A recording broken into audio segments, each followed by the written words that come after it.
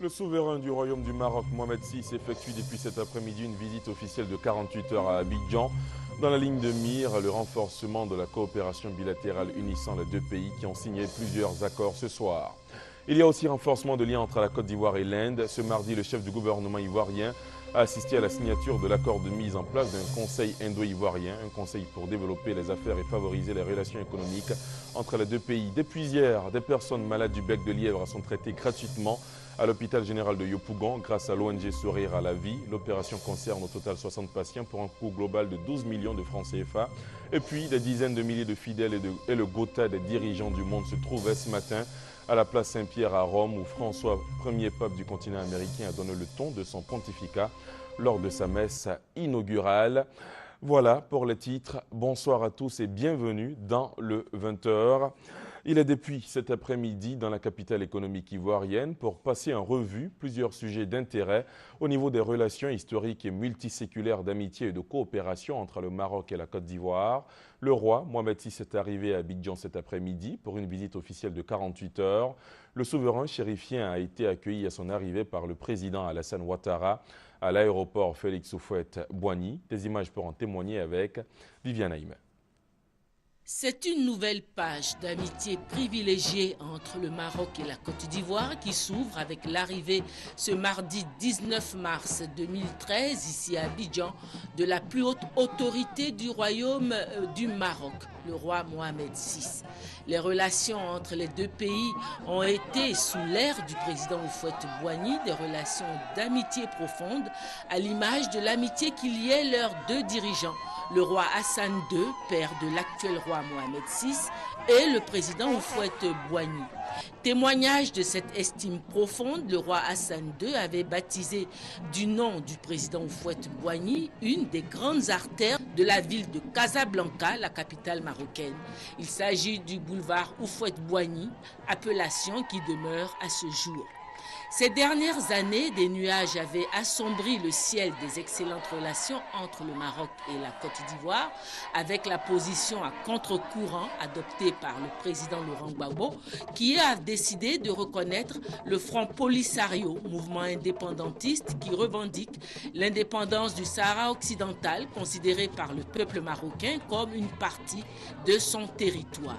Mais avec l'avènement au pouvoir du président Alassane Ouattara, digne héritier de l'oufouettisme, dont il fait sienne les valeurs de paix, d'amitié et de concorde entre les peuples, les nuages sont désormais dissipés entre la Côte d'Ivoire et le Maroc. En témoigne cette visite officielle du souverain chérifien. Il était 16h30 quand l'avion spécial de la compagnie marocaine, Royal Air Maroc, un Boeing 747 à 2 niveaux, transportant le roi Mohamed VI et l'importante délégation qui l'accompagne, a atterri à l'aéroport international Félix Houphouët-Boigny de Port-Bouët. Le roi a été accueilli par le chef de l'État ivoirien, le président Alassane Ouattara. Une compagnie d'honneur dirigée par le commandant Yaké Zengbe du 1er bataillon blindé d'Akwedo, comprenant le drapeau de la nation ivoirienne, complété par 2 sections de l'école de gendarmerie, une section du bataillon blindé d'Akwedo et une section de la garde républicaine et la musique de la gendarmerie nationale, ont rendu les honneurs militaires à travers tout d'abord l'exécution des hymnes nationaux marocains et ivoiriens, suivi du salut déférent des armées. Le roi Mohamed VI a reçu également l'accueil de nombreux officiels ivoiriens, présidents d'institutions, membres du gouvernement, élus de la nation. Il y avait aussi à l'aéroport, pour dire Akwaba au souverain chérifien, à son arrivée, de nombreux chefs traditionnels, les populations et les Marocains vivant en Côte d'Ivoire, sortis massivement pour acclamer leur souverain. Et puis, tout le long du trajet emprunté par le cortège, le peuple sortit également en masse. Le peuple, témoin du retour de la Côte d'Ivoire aux vraies valeurs qui ont fondé la renommée dont elle jouissait naguère. Renommée qui aujourd'hui, sous l'impulsion du président Alassane Ouattara, revient à nouveau. Après l'étape de l'aéroport, le président Ouattara et le roi Mohamed VI se sont rendus au palais présidentiel. Un tête-à-tête entre les deux personnalités s'est déroulé au Petit Palais. Juste après l'entretien, le président ivoirien et son hôte, le souverain chérifié, ont pris part à une cérémonie de signature de plusieurs accords, 6 au total, portant sur la protection civile, la coopération entre les deux ministères des Affaires étrangères, la promotion de la protection des investissements ainsi que sur la coopération en matière de pêche et d'aquaculture. Ce dernier accord justement a eu pour signataire côté ivoirien le ministre de la Production animale et des Ressources animales et halieutiques, le ministre Kobena Kwasi Adjoumani. Je vous propose de l'écouter, il se prononce sur le sens de cet accord. Aujourd'hui, il s'agit de la pêche maritime et de l'aquaculture. Nous, dans le cadre de cet accord, nous avons privilégié le volet formation parce que notre souhait, c'est de permettre à ce que désormais nos agents puissent disposer d'une formation assez adéquate puisque nous parlons de sciences, nous parlons d'évolution dans le domaine de la pêche maritime. Et donc l'objectif de cet accord aussi, c'est de faire prévaloir cela. Nous sommes en train de lutter contre les pêches illicites, non réglementées et non déclarées dans nos eaux. Et nous pensons que c'est de façon concertée que nous pouvons lutter contre cette pêche-là, parce que nous avons fait le constat que des bateaux pirates, sans moyen de disposer de licence de pêche, viennent pêcher dans nos eaux. Et avec cet accord, nous allons renforcer cet acquis. Et vous savez que le Maroc, en la matière, est très avancé. Autre sujet, toujours au cœur des relations que la Côte d'Ivoire entretient avec l'extérieur. Et cette fois-ci, on parle de renforcement des liens avec l'Inde.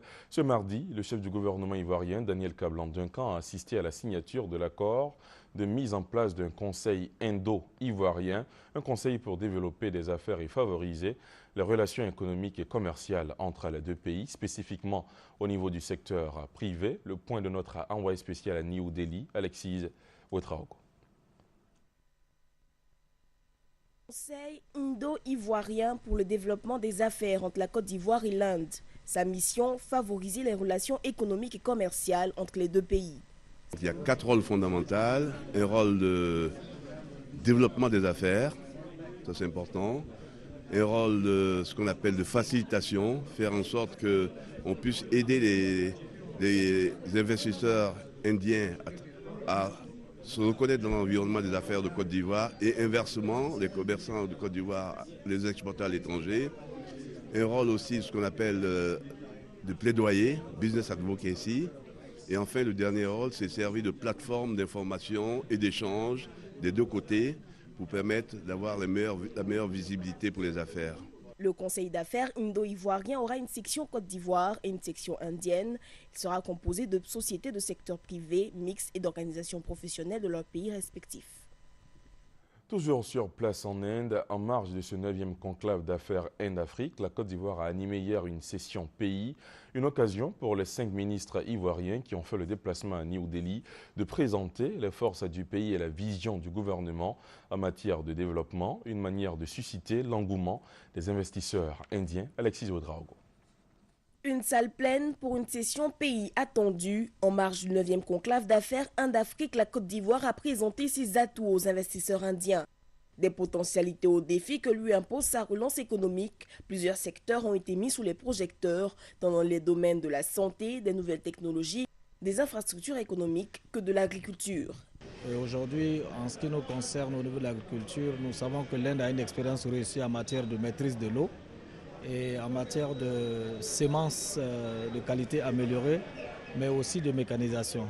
Et déjà, l'engouement est palpable, des connexions se tissent, des accords de principe aussi. Les gens sont très excités à venir en Côte d'Ivoire. Il nous appartient maintenant de pouvoir, au milieu de ces différentes effervescences, tirer le meilleur profit des différentes actions. Le chef du gouvernement qui conduit la délégation ivoirienne en marge de toutes les plénières a accordé différentes audiences à de gros groupes indiens. Lundi soir, il a eu une séance de travail en huis clos avec son homologue avant de rencontrer en dîner les hommes d'affaires. L'industrialisation au service de l'émergence de l'Afrique, tel est le thème de la 6e conférence des ministres de l'économie et des finances, et ceux en charge du plan du développement de l'Union africaine. Les enjeux de cette conférence internationale dans ce récit de David Mobio. Abidjan, la capitale économique de la Côte d'Ivoire, reçoit l'Union africaine pendant une semaine pour débattre d'un sujet qui demeure d'actualité. Il s'agit de l'émergence de l'Afrique. L'industrialisation au service de l'émergence économique de l'Afrique. Les participants spécialistes des questions d'économie, des finances, de planification du développement sont invités à donner des réponses claires et précises aux interrogations suivantes. Quels sont les critères qui définissent l'émergence ou une économie émergente? Quelle est la contribution de l'industrie à l'économie des pays africains? Est-elle suffisante ou non? Quel niveau d'industrialisation l'Afrique doit-elle atteindre pour être considérée comme émergente? Autre interrogation. Quel rôle les gouvernements et les autres acteurs non étatiques devraient-ils jouer pour lever les obstacles au développement industriel? Quel enseignement peut-on tirer de l'expérience de l'Asie de l'Est dans le domaine de l'industrie? Enfin, comment les pays africains peuvent-ils libérer le potentiel des agro-industries pour en faire une locomotive de l'industrialisation en Afrique? En d'autres termes, l'Afrique peut-elle devenir un continent émergent en l'absence d'une industrialisation réussie? Sont invités à donner des réponses à ces interrogations les ministres de l'économie et des finances de l'Union africaine et les ministres africains chargés du plan et du développement économique de la CEA, la Commission économique des Nations Unies pour l'Afrique. Cette 6e réunion conjointe rassemble ici à Abidjan toutes les personnes et ressources nécessaires à la réflexion sur l'avenir de notre continent, l'Afrique. Ils sont au nombre de 70, ces experts africains spécialisés dans la fixation des prix des produits sur les marchés. Ils sont à Abidjan depuis la semaine dernière pour des travaux, et ce, dans le cadre de la mise à jour des données statistiques relatives au programme de comparaison internationale de prix pour l'Afrique sur la période 2006-2011. Les explications de Francis Boifo. Avec 2000 francs CFA, le consommateur peut se procurer plus de 2 litres de super samplon en Côte d'Ivoire. Quelle est la quantité obtenue avec le même montant au Mali? Cela s'appelle la parité du pouvoir d'achat. Techniquement, la parité du pouvoir d'achat PPA est un taux de conversion monétaire qui permet d'exprimer dans une unité commune les pouvoirs d'achat des différentes monnaies. Ce taux exprime le rapport entre l'argent nécessaire dans des pays différents pour se procurer le même bien ou service. La parité du pouvoir d'achat des pays africains se détermine à partir des prix des produits collectés sur une période de 5 ans sur le terrain. Ces prix sont discutés et harmonisés par des experts africains en charge des questions de prix au cours d'un atelier comme c'est le cas à Abidjan. La PPA, un outil de décision pour les institutions financières. Ces parités de pouvoir d'achat permettent aussi de calculer les niveaux de pauvreté dans les différents pays et les institutions internationales telles que la Banque africaine de développement, le Fonds monétaire international et la Banque mondiale peuvent se servir de ces données pour répartir les ressources qu'ils donnent aux pays dans le cadre de leur développement. Un accent particulier est mis sur la détermination des coûts d'électricité et de l'eau en Afrique. Les recommandations seront mises à la disposition des gouvernants en vue de l'élaboration des programmes de société.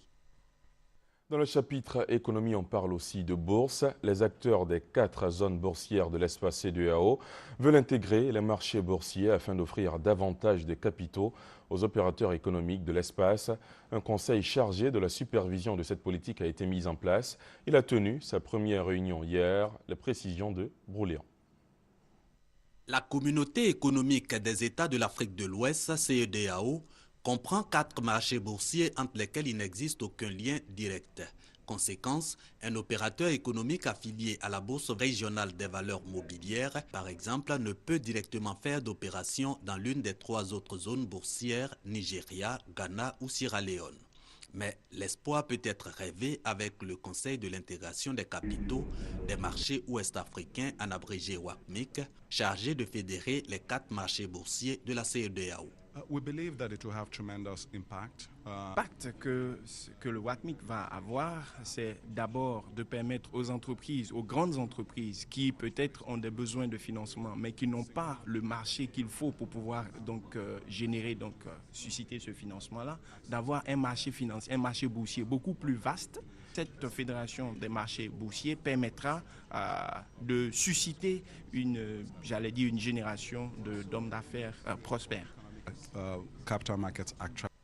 Ces avantages, les opérateurs économiques ne peuvent en tirer qu'à la fin d'un processus en plusieurs étapes, dont l'établissement du passeport unique pour leur permettre d'intervenir sur l'un ou l'autre marché, la reconnaissance mutuelle des visas d'émission de titres pour solliciter les investisseurs et épargnants de l'espace CEDEAO. C'est sur le mode opératoire de ce processus d'intégration qu'a réfléchi la première réunion du WACMIC qui a vu l'élection du président de l'organe. Sachez qu'une délégation du port autonome de Dakar, avec à sa tête son directeur général Cheikh Kanté, séjourne actuellement en Côte d'Ivoire. Au menu de la rencontre, la visite des installations portuaires, des rencontres B2B avec les directeurs sectoriels du port autonome d'Abidjan. Et la délégation dakaroise a été reçue par le ministre des Transports, Gaoussou Touré, au terme de ces séances de travail avec les responsables du port autonome d'Abidjan. Autre sujet, le président de l'Assemblée nationale, Guillaume Soro, était en visite à Kinshasa. C'est en République démocratique du Congo. Il s'y est rendu à l'invitation de l'Assemblée nationale congolaise pour prendre part à l'ouverture de la session parlementaire du mois de mars. Tribune qui a permis à Guillaume Soro de partager sa conception du panafricanisme. Victorine Yoroyobwe. La gestion de la récente crise en Côte d'Ivoire pourrait aussi servir à ses voisins africains.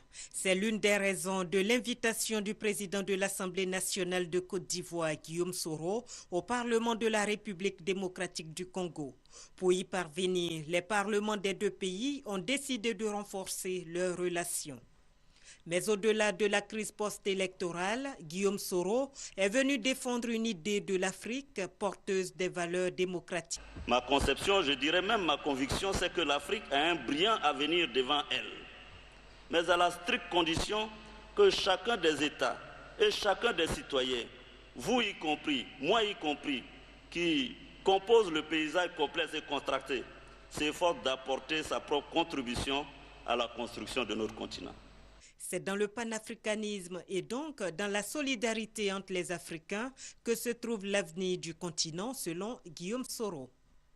Guillaume Soro, dès son retour à Abidjan, accompagné des membres et des vice-présidents de l'Assemblée nationale, a rendu visite au député Oula Priva, également vice-président de l'institution. Le député maire de Diokwe, Oula Priva, a été victime d'un accident vendredi dernier sur l'axe d'Aloa-Diokwe. Hospitalisé à la Pisam, Guillaume Soro est allé le soutenir et lui apporter la compassion des autorités. Depuis hier, des personnes malades du bec de lièvre sont traitées gratuitement à l'hôpital général de Yopougon grâce à l'ONG Sourire à la vie. L'opération concerne au total 60 patients pour un coût global de 12 millions de francs CFA. Frais pris en charge entièrement par l'ONG Sourire à la vie et son partenaire international, l'ONG Smile Train, une organisation qui œuvre pour la prise en charge des frais médicaux de personnes atteintes du bec de lièvre dans le monde, nous dit Doigt des Lasers. Raymond Kassi a 13 ans. Il est né avec un bec de lièvre. Sa famille est trop pauvre pour le faire opérer. Et pourtant, ce jeune garçon vit un enfer. La malformation gêne sa diction et l'isole des autres enfants. Je me sens mal. Mes amis, ils peuvent m'insulter. Malgré cela, le jeune garçon a le sourire car il part maintenant en salle d'opération. Le professeur Emmanuel Crésois l'opère gratuitement.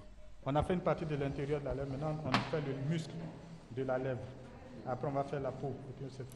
Une heure plus tard, l'opération réussit. Le chirurgien fait le point. Il a un visage qui est maintenant unifié.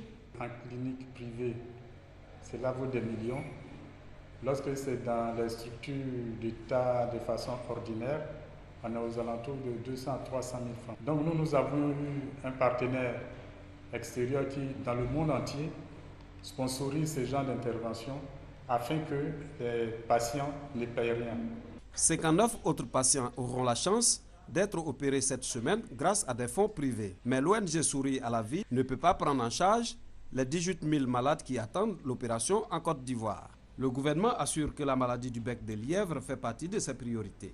Aujourd'hui, il met à disposition de l'ONG Sourire à la vie des salles d'opération. Pour l'avenir, il travaille à un plan d'action. Le plan d'action sera axé sur le recensement, vraiment un recensement assez exhaustif et également un recensement qui sera suivi de la prise en charge des cas. Le plan d'action gouvernemental doit être validé en juin, preuve de l'importance accordée à cette maladie. Vous le savez, on va vers la dépollution de la baie de Cocody. Le centre ivoirien anti-pollution a réceptionné le matériel de dépollution de l'endroit, un matériel qui doit être installé le long. Les fleuristes qui occupent cet espace ont été déguerpis par la brigade de salubrité urbaine. Bekataliko, Evelyne Debazekwa. Installés le long de la baie de Cocody depuis près de 20 ans, ces fleuristes, une quarantaine en tout, ont été déguerpis par la brigade de salubrité urbaine. La raison est tout simple, la machine de dragage devant servir à la dépollution de la baie doit être installée. On ne peut pas dépolluer cette baie et puis laisser les fleuristes là. Après la dépollution, le district va venir pour aménager les abords de la baie. On ne peut pas les laisser là. Ces fleuristes acceptent de partir, mais exigent de l'État de Côte d'Ivoire un dédommagement. Si vous avez nous dit que vous ne dédommagez pas, allez là, ça ne va pas nous trouver. C'est le mot dédommagement qui nous a fait aujourd'hui. On est resté ici. Pour les autorités ivoiriennes, aucun dédommagement n'est possible. Personne ne les a installés pour qu'on ait des dommages. Pendant 4 années, nous allons occuper cet espace-là. Le projet coûte 10 milliards 500. L'État apporte 1 milliard 2 pour acheter 2 machines. Cette machine de dragage et l'autre qui est l'unité de traitement de l'eau qui va venir. Les 9 milliards 5 sont donnés par le gouvernement suédois. La machine de dragage a été acquise à hauteur de 500 millions de francs CFA. S'en suivra dans 3 mois l'unité de traitement des déchets et des eaux usées. Une équipe composée de Suédois et d'Ivoiriens va s'atteler à débarrasser la baie de Cocody de ces déchets. Bientôt la commémoration de la journée de la francophonie. En prélude à cette journée, je vous propose de suivre maintenant le message du gouvernement. La francophonie, communauté des États ayant en partage la langue française, s'est avérée être, depuis le sommet de Ouagadougou en 2004, un instrument de coopération multilatérale dans divers domaines, culture, éducation et environnement, entre autres. C'est la langue française qui nous permet de communiquer. Je sens l'utilité de la francophonie par les actions que mènent les différents chefs d'État de la sous-région, un peu partout à travers les unions africaine, la CEDEAO, tout cela.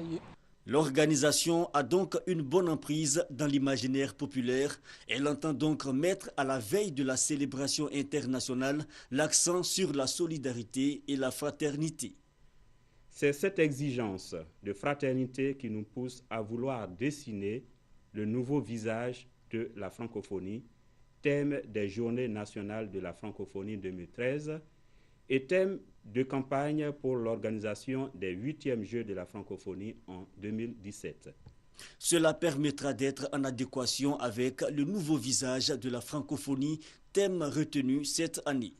Pendant les Journées de la francophonie 2013, il s'agira, en prenant pour prétexte le thème national, de mener des réflexions non seulement sur la gouvernance actuelle de la francophonie et ses répercussions sur un État comme la Côte d'Ivoire, mais aussi de mobiliser les communautés francophones vivant dans notre pays autour de l'organisation des 8e Jeux de la francophonie de 2017.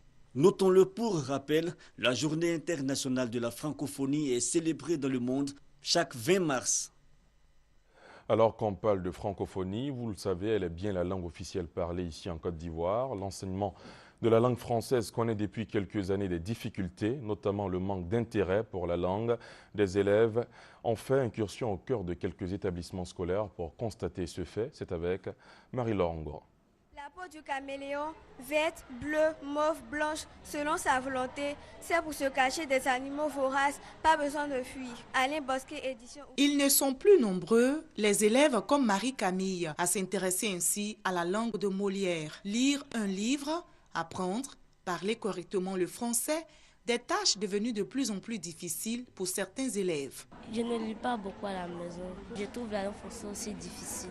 Je ne comprends pas les mots en vocabulaire. Le manque d'intérêt pour la lecture, une raison parmi tant d'autres évoquée par les enseignants pour expliquer cette baisse de niveau des élèves en français. Les outils de la langue, ils ne maîtrisent pas. Les parents n'achètent pas les œuvres. Donc il faut reconnaître que les parents aussi n'amènent pas les élèves à la lecture. Alors, comment relever le niveau? Guégué Ouraga, professeur de lettres modernes, propose un suivi minutieux des élèves à l'école comme à la maison. Si tu ne sais pas parler le français, si tu ne comprends pas le français, tu ne pourras pas faire les mathématiques, tu ne pourras pas faire les sciences physiques. Les parents, les enseignants, les éducateurs, les responsables de l'éducation doivent mettre un accent particulier sur l'apprentissage de la langue française. Ouvrir les bibliothèques. Des propositions qui sans doute permettront d'améliorer le niveau des élèves en français, la langue officielle de la Côte d'Ivoire.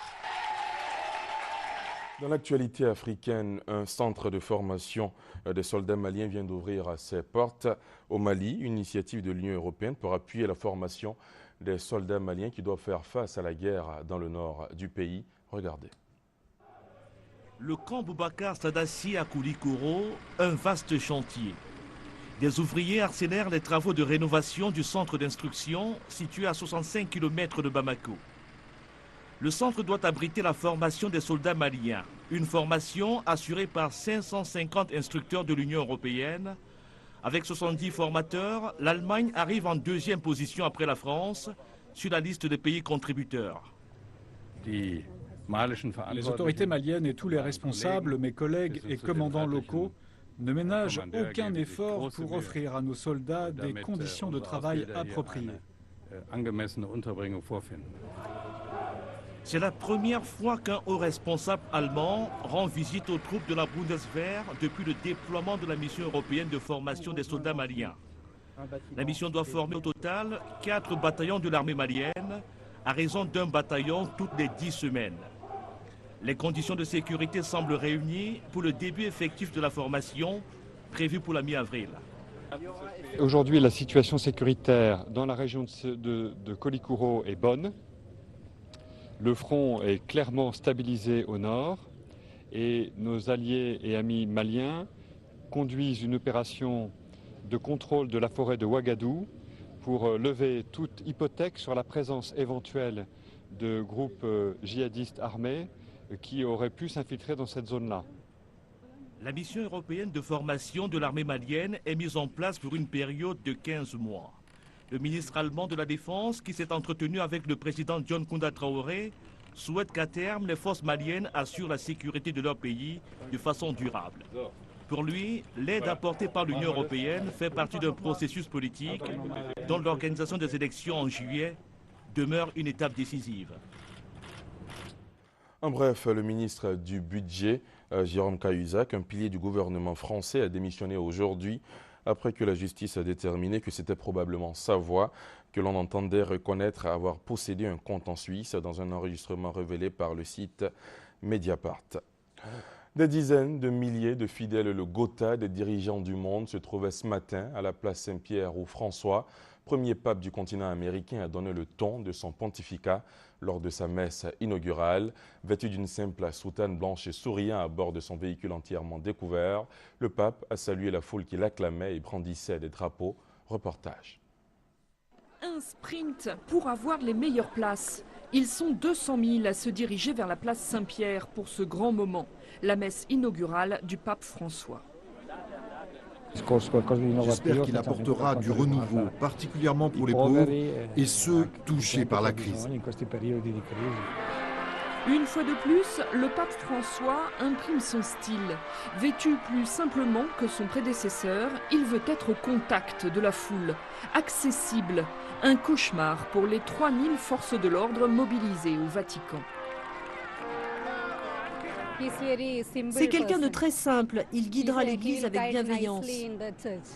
Nous venons d'Argentine, nous le connaissons de là-bas. Nous savons que ce sera un pape simple qui sera différent de ses prédécesseurs. Après s'être recueilli sur la tombe de Saint-Pierre, fondateur de l'Église, le pape a reçu ses emblèmes pontificaux, le pallium, la bande d'étoffe qui se porte sur la chasuble, et l'anneau du pêcheur, en argent doré et non en or massif comme celui de Benoît XVI. Encore le choix de la simplicité pour celui qui s'est donné le nom de François en mémoire du saint proche des pauvres et de la nature, des préoccupations reprises dans son homélie.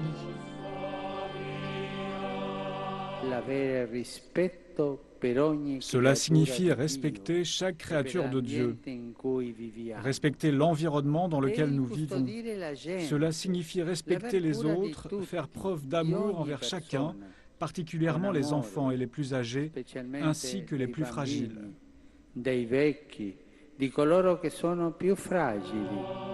Des mots adressés notamment aux dirigeants de la planète. Une trentaine de chefs d'État étaient venus assister à cette messe inaugurale. Pour terminer, le rappel de la principale information de ce JT, il est depuis cet après-midi dans la capitale économique ivoirienne pour passer en revue plusieurs sujets d'intérêt au niveau des relations historiques et multiséculaires d'amitié et de coopération entre le Maroc et la Côte d'Ivoire. Le roi Mohamed VI est arrivé à Abidjan cet après-midi pour une visite officielle de 48 heures. Le souverain chérifien a été accueilli à son arrivée par le président Alassane Ouattara à l'aéroport Félix Houphouët-Boigny. Vous avez eu les images dans cette édition et comme pour le voir à l'instant, des milliers de Marocains sont sortis pour accueillir leur souverain.